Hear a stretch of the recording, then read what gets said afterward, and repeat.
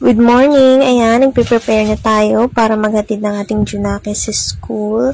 Siyempre, hindi pwedeng kalimutan ang ating maternity belt para may support ako sa aking puson pag naglakad ako mamaya pag pauwi.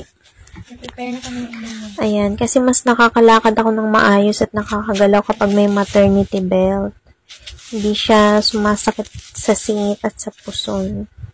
Kaya malaking help talaga siya. Naka-maternity shorts din ako. Kaya ayan, ang ganda niya, presko, komportable suotin. Ayan yung Orashare Mini Turbo Fan. Binilan ko si Alua kasi ang init to sa school. Nasira pa yung mini fan niya, yung ordinary mini fan niya. Ayan. Yung level 5 ng ordinary mini fan niya, parang level 1 lang niyang Orashare. Ang lakas ng hangin niyan. Parang malakas lang yung sound niya pag sa video, pero sa personal naman, hindi naman ganun ka ingay. Sakto lang. Tsaka kahit level 2 lang gamitin mo, ano na, malakas na. Kaya si Aliwa, tinatanong ko kung anong level yung ginagamit niya pag sa school. Sabi niya level 2 lang daw.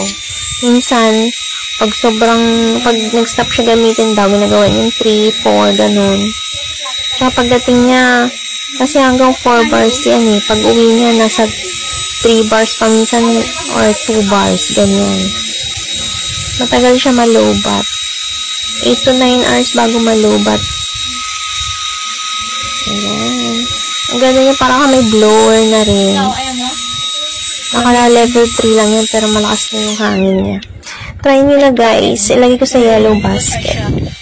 Ayan yung battery niya, yung kulay green. Nagwa-white siya kapag, magbabawas na siya ng battery. Nag-color white. Ayan, bili na kayo. Ilalagay ko sa yellow basket.